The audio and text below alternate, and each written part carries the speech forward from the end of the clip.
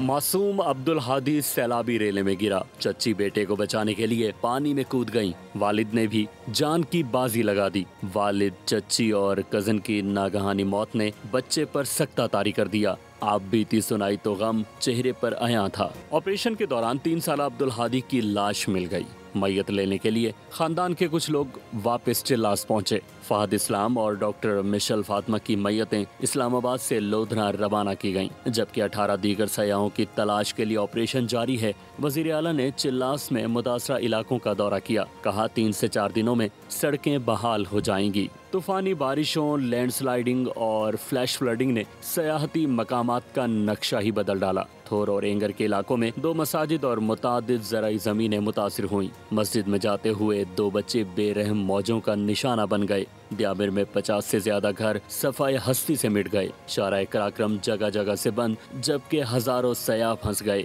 गाड़ियों की तवील कतारें लग गईं। शाराए बाबूसर समेत कई इलाकों को आफत ज़दा करार देकर इमरजेंसी नाफिज कर।